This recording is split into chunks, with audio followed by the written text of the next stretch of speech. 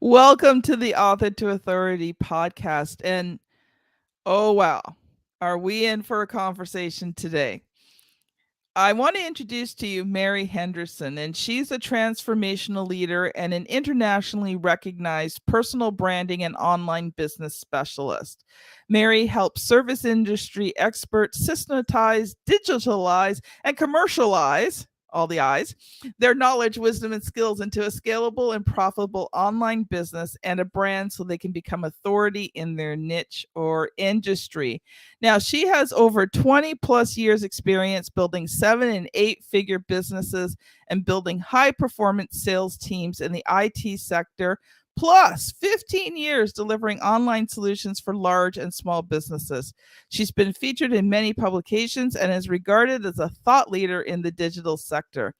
Now, Mary's point of difference, and I love this. I love this in your bio, Mary, is her personal branding technology, an SaaS platform that has the ability to define person's brand essence with precision that can be applied across all communication touch points. So welcome to the show, Mary. Thank you, Kim. I'm so excited to be here. I really am. I love that in your bio, Mary's point of difference. That's just extraordinary word ninja wording. I just love that. The reason I was so excited is Mary and I had just met for the first time about, I don't know, 8 minutes ago, 10 minutes ago, and we got into such a wonderful discussion. We almost didn't start the podcast because we were just so enjoying talking to each other. So I know today's going to be a great interview, and we really want to focus in on why you need an ecstatic brand experience. So first of all, you notice I highlighted the word ecstatic. Now, for those of you longtime Author to Authority podcast listeners, you will remember Juanita Witten-Ratko, my best friend and previous host, and her use of juicy words. So, ecstatic is a juicy word and a word that I'm sure was carefully chosen for the effect that it would have. So, Mary, as we get into today's podcast, I would love for you to take a few minutes, introduce yourself, and share some of your business story with us. How did you get to that point where you're now this personal branding and online business specialist? Well, first of all, thanks for having me on the show, Kim. This is such a treat for me. Um, I work with the most amazing people, Kim. I work with industry experts who have accumulated thousands and thousands of hours in their area of specialization. And I help them genuinely, merge all of that knowledge, wisdom, and skill set into a brand and a signature solution. And it's a very important process, because through that whole process we do go through a commercialization process, the digitization, the whole a sales process as well, to help them really stand out as a brand, but more importantly become an authority in their area of specialization. And my story is, has a lot of origins in my whole story, in terms of how I merged all those origins together to actually find what I'm meant to be doing for the rest of my life. And my real career started in the IT sector, really back in, let's call it year 2000, 99/2000.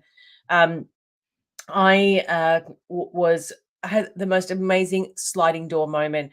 I got this amazing job in a middle management position, and my first day, my boss said to me, Mary, I've got good news and I've got bad news for you. The good news is that you've got this amazing opportunity. The bad news is you got 12 weeks to fix the problem. And I'm thinking, I wish that you told me that in the interview. But anyway, um, so They didn't want to scare you off. no, but what happened is that this is a very important story, because it's the reason why I'm here today, right? Um, you know, I had a meeting with the client who was one of our biggest clients, but declining revenue. Our company couldn't solve the logistics problem, so there were a lot of issues in communication logistically between both organizations. So I have a meeting with the organization. All these people there are showed up for the meeting except the decision maker. And I'm thinking, I've got 12 weeks to fix this problem. None of these people in this room can make a decision. What am I doing here? So I leave that meeting. I'm in a lift, and the person who was supposed to be in my meeting is in the lift. I'm wearing red snakeskin boots. Okay. So if you want to talk about standing out as a brand, right? So I'm in the lift. She's behind me and she's checking me up and down. I could feel the daggers. And she's like, I just have to have those boots. And I looked at her with enthusiasm and curiosity. And I'm like, are you such and such? And she said, yes. And I said, you didn't show up to my meeting. And she said, that's because we're moving all of our business away from your company. Like, you guys just seriously just can't get your, you know what, together. And I said, oh, no, no, no. You don't understand. I can solve this problem. So I said, are you going downstairs to lunch? She said, yes. And I said, please let me buy you a coffee. I'll only take 10 minutes of your time. You can say no after the coffee, but just give me 10 minutes. And plus, I'll tell you where I bought my snakeskin boots from. And she's like, okay. So she laughed and, we broke the ice. But just cut a long story short, we had that meeting for 10 minutes. And I said to her, let me solve the problem, but I can only do it if I work with your operations team. I need to understand how your systems work, and then I can take it back to our organization and I can merge the systems together so they can actually talk to each other. I said, if you give me 12 weeks, I said, and for me to sit in your company with your operations team, I'll solve the problem. On the 12th week and one day, if I haven't solved the problem, you can ask me to leave. And she said, it's a deal. I ended up solving that problem in a massive way. But two things happened when I left that 10-minute meeting. One is I recognized in myself, I was conscious enough to recognize that if I do solve this complex problem, I am going to make sure that this entire industry knows about me and knows that I'm a complex problem solver, number one. Number two, I realized that my shoes were going to be a big part of my brand signature because it was a conversation starter. Yes. So personal branding started for me there. I ended up creating my own demand in the industry. I was getting headhunted left, right, and center because I solved this massive problem. Everyone started to talk about it. I got headhunted by a tech company in California, and I got another amazing opportunity to be VP of sales for a big tech company, and I had a massive sales team. And I remember my first day saying, "Guys, you're going to throw your job descriptions in the bin, and I'm gonna convert you all into your own brands. That's how Yes. that's how we're gonna roll." And I saw these people transforming because they were allowed to be themselves every day. And all of them were making six figures, Kim, with ease and grace. And then after that, I started my own software company, which I had for 7 years. And then I had a massive epiphany, in September 2011, 3 hours after my son was born. And I recognized that this business that I've built into multiple seven figures is not my purpose. I'm not meant to be doing this for the rest of my life. I really hated what I had created. So I resigned from my own company with an infrastructure, a team, clients, turning over multiple seven figures. I resigned from my own company, and January 2012, I merged my company with another company and took 12 months sabbatical to actually decide what am I going to do for the rest of my life. And I had two mentors who really, really allowed me to just unapologetically be that vulnerable, so vulnerable, so that I could open myself up and Yes. really find my purpose. And what happened, Kim, was really interesting because what I do today is what I genuinely do with ease and grace. It is based on the 40,000 hours of my professional and personal experience. And it's truly, truly who I am in my natural state of being. And here I am today, now helping other people do exactly, essentially, what I did, is really merge that wisdom and unpack it, turn it into a commercial solution, and start creating that brand presence in the marketplace so they can be seen as the go-to person. Mhm. Wow. Wow. You know what I love about your story, Mary, is you weren't afraid to confront in a respectful way. Yes, Because you could have realized who it was in the elevator and let fear take over. absolutely.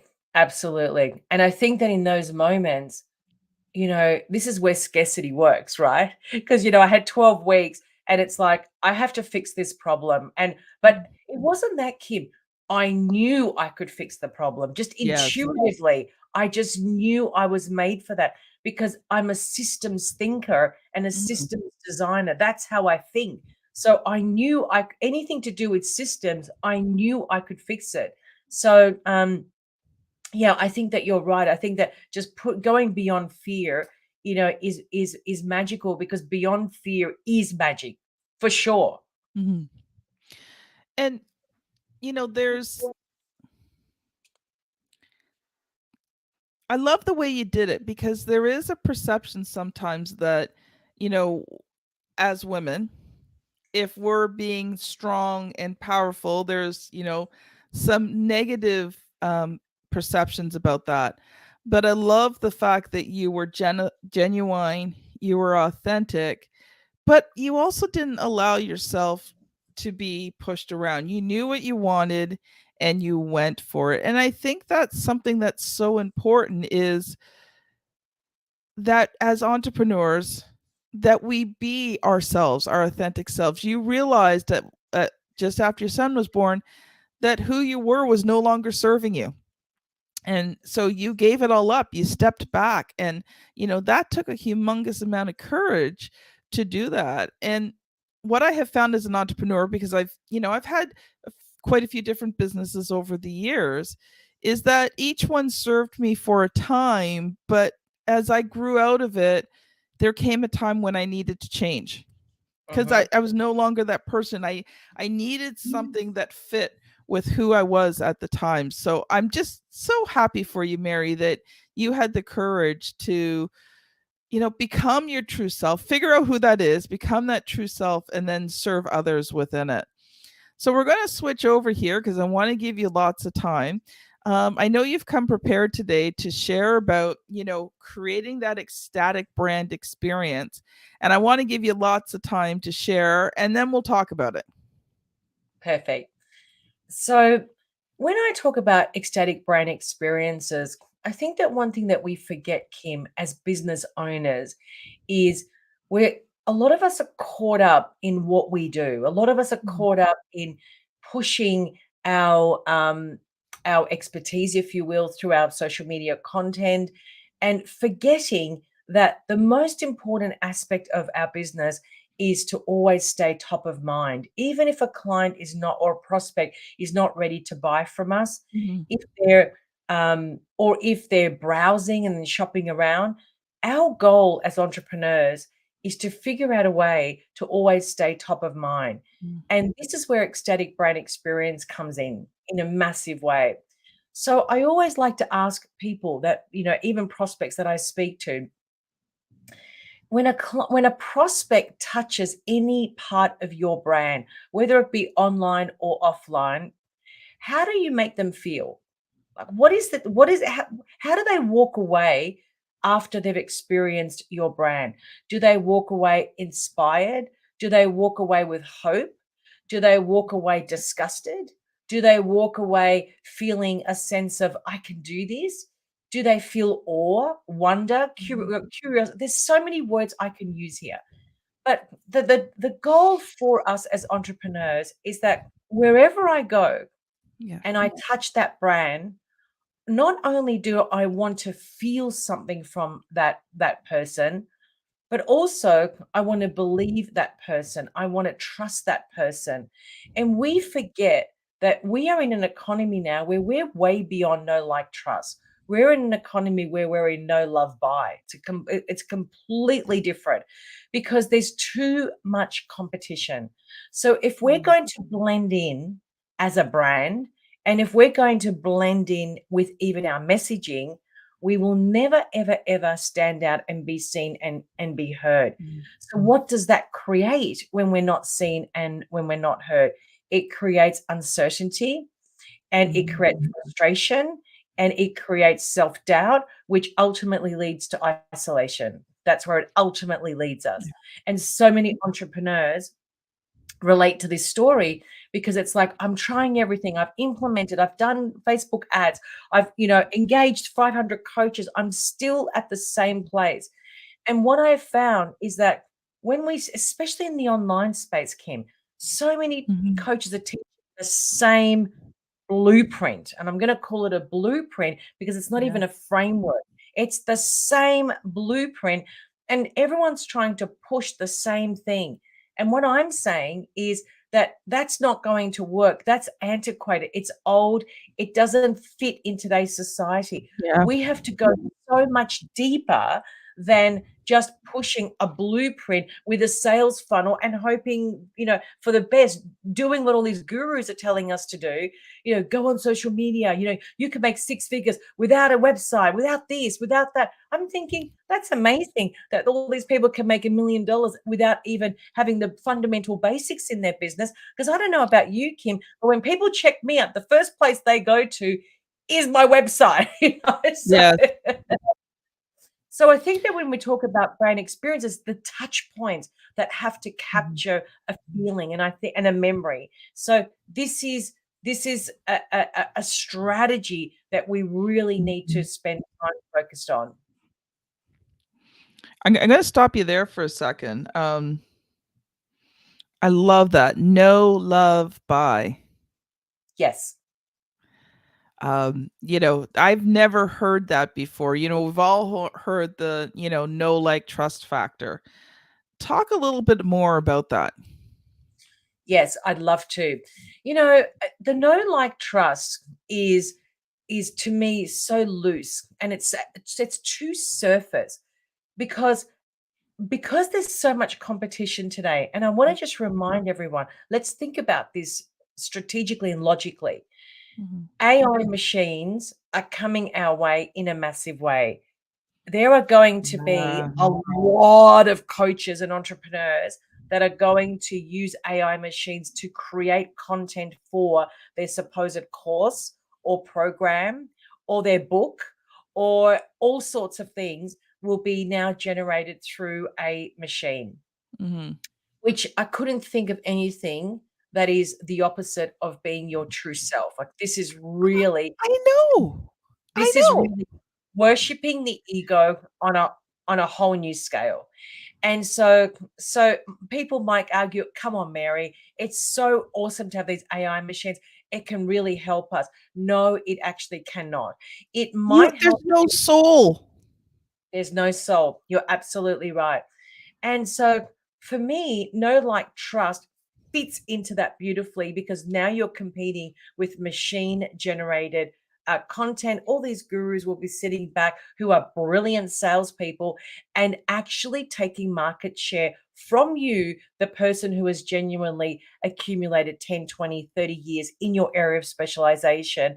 And because they are 20 and confident and will do anything for fame, and you are now 35, 40, 45, 50, and you're like, oh my God, I'm getting old, which is not the truth, but that's how we feel. Now you're in competition with a 20-year-old who's got no life experience or has life experience, but till 20. What is a 20-year-old going to teach me about genuinely personal branding when I've been doing it for the last 23 years? Like Yeah. seriously. So when we look at the no love buy factor, it's very important to start and understand then how am I going to show up in the public arena when I'm on Mhm. social media? How do I get people to take notice of me so that they can start to so I want people to get to know me on social media. That's my ultimate goal. It's like get to know me, through the different areas, not just of my specialization, but the things that I'm genuinely interested in. And I am genuinely interested in human transformation. Like that is my absolute passion. And so getting to know me is happens through my content. Yes. To love me is I'm going to take you on a journey Yeah. with my content that we need to do a bit of an exchange here. Give me your email and I'm going to give you something and I want to communicate with you ongoing. Or maybe you might want to join my Facebook group, or maybe you want to do so. I'm constantly giving people ecstatic experiences so they can get to love me. Because if I can do that, if Mhm. I can capture that person's attention, now not only am I top of mind, but something else happens. They will go and tell everybody else about you, even if they don't buy, even if they never are your client. They will go and tell all their friends, "Oh my God, you should go." I know, because people write to me all the time. Yep. And and then the buy is becomes very easy, because that then becomes the effect of all of that cause. And Yes. so then we're not selling, Kim. Now what I do is when people come to me on a strategy call, they're Mhm. buyers. They're not browsers. They're ready to buy from me immediately. It's like, I don't need you to sell. Just tell me what you got. This is how my conversations are on my strategy calls, because they've already experienced Mary. Yeah. They don't, and most importantly, in that no love buy is consistency and congruency. Wherever people go to check Mhm. me out, you will always see consistency. The language is consistent. The things I talk about are always consistent. So there's Yeah. no disconnect at all. When you're talking about, competition and AI, and I was telling you we were at Podfest and there was massive discussions because they were talking about, the big new one and how you use it. And I said to people, but there's no soul behind it. Well, how can people tell the difference? They can tell the difference. That's And if everyone's using that AI generated content, which I hope they do, I hope my competition uses the AI because then that allows me to stand out in my authenticity. And I think that that is so important. And don't get me wrong, I'm not against AI and I'm not against the technology. And I've checked out some different ones to do show notes and different yeah, things. And some of it's not too bad. But the thing is, I look at it and I go, well, first of all, I'm a writer, so I mean, most of the stuff I can do in my sleep. Um, but the thing is that it loses that authenticity, and I think that is so incredibly important. I wrote a book called Author to Authority, same as the podcast, and one of the things that I talk about in the book is how do you stand out from the competition. So if you go into a grocery store and you need a light bulb, right, do you go to where they are in the light bulb aisle, and do you sit there and carefully pick through and look? No, you grab the first box that has the wattage you want and you walk away. yeah, Well, true. don't be like that in your business, Yeah. right? Because then you will get some business because eventually somebody's going to choose you because you're the top one in the pile. But I'd rather stand out. I'd rather be the light bulb that's shining and saying, hey, come see the light. I agree with you, Kim. And I think that this is really important. And also, when you have that mindset, also is where premium pricing is as well.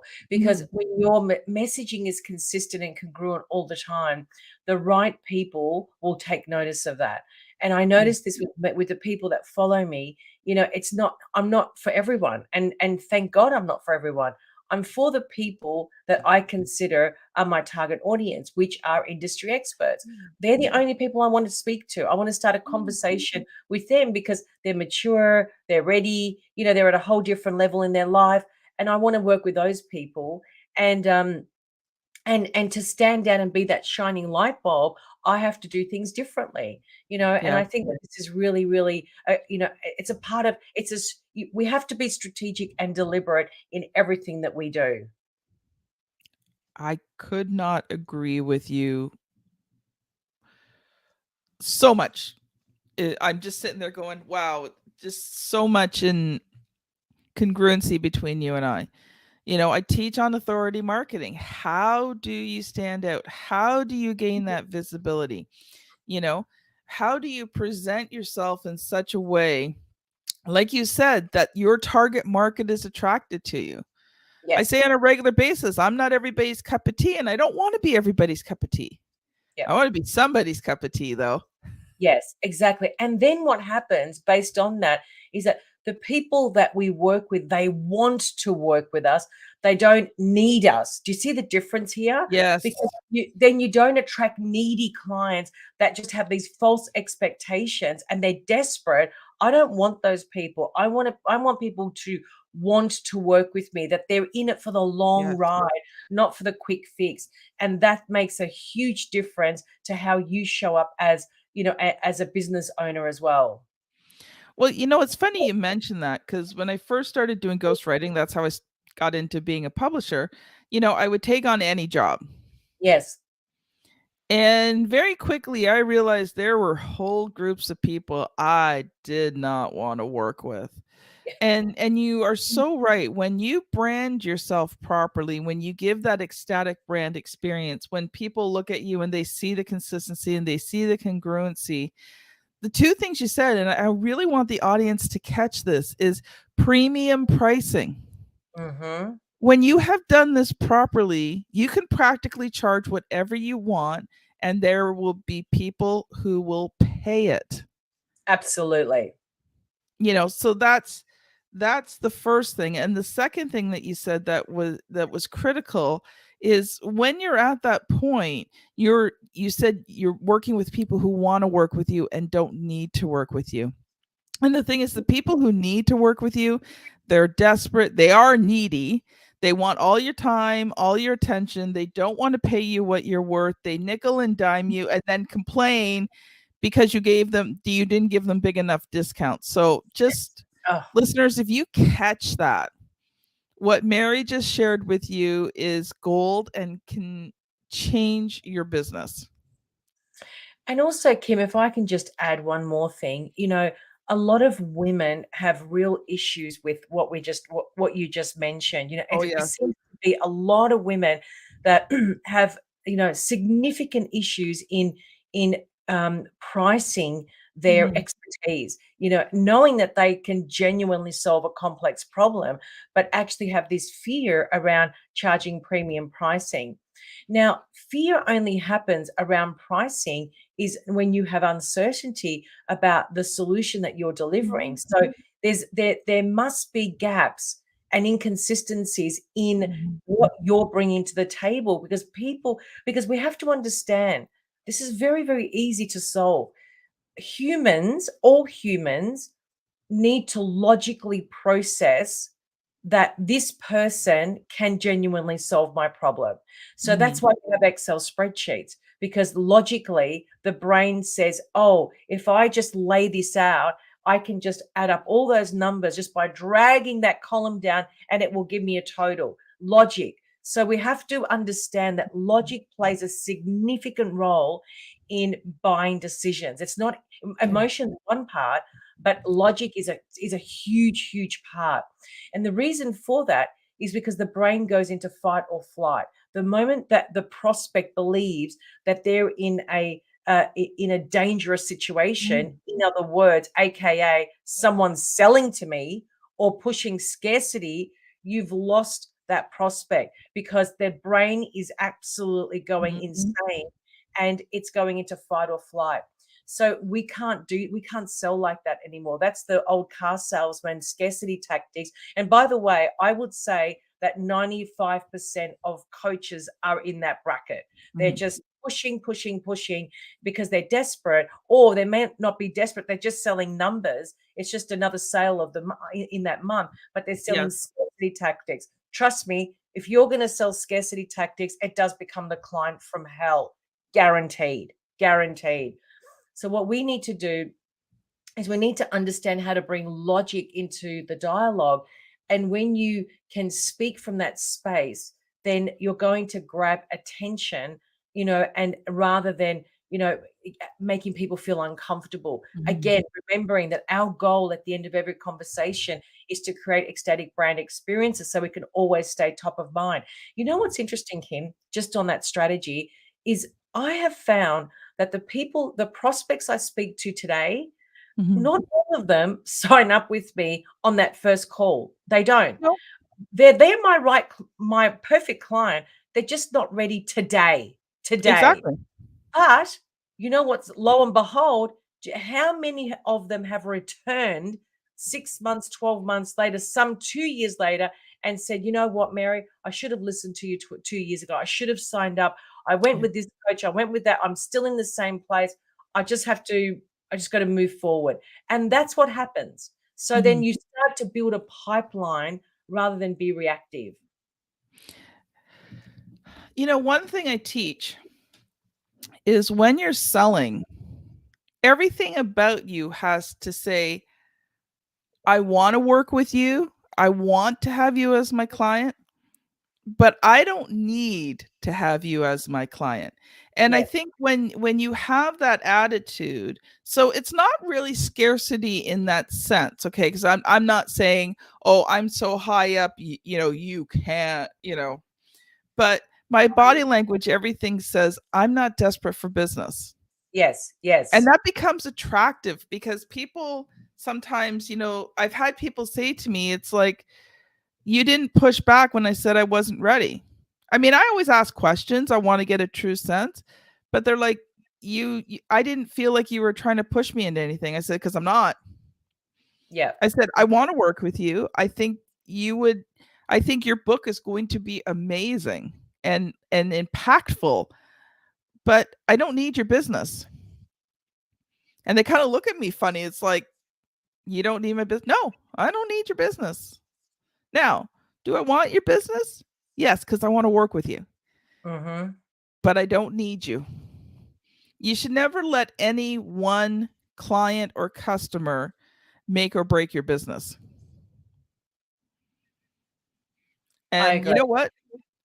We could probably keep going on, Mary, but we're actually slightly over time already. So, so I We'll don't have want to to do a start another part two. conversation because you and I will get into it. Um, but if people have been listening today and they're like, I need to learn a bit more about Mary and what she does, how can they connect with you? Please book a coach. I do a free coaching call, maryhendersoncoaching.com/apply, APPLY. You can reach me out on all social media at Mary Henderson Coaching. That's LinkedIn, Facebook, Instagram. And if you want to email me, please feel free to do that also, Mary at maryhendersoncoaching.com. Wow, this has been amazing. I do want to give you one opportunity for one very quick last thought. Go for it.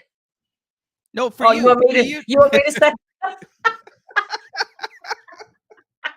See, I just want to continue the conversation with you, Kim. I leave on this point all the time. This is how important this is. If you're sitting on a lot of accumulated knowledge, wisdom, and skill set, please do something with it. Wisdom is an intellectual currency, and it's the only way we can solve complex problems in the world. It can only be done through wisdom. Please don't sit on a gold mine and do nothing with it. Get up, confront yourself, and go for it. Do something with it. The world needs people like you. We don't need people using AI machines and taking market share from you. Wow, love it. Thank you so much, Mary, for being on the show. This Thank has you. been Mary Henderson and Kim Thompson Pinder on the Author to Authority podcast. If you have enjoyed this episode, share it out. Let others know about it. Have a great day, everyone, and we'll see you on the next episode. Bye now.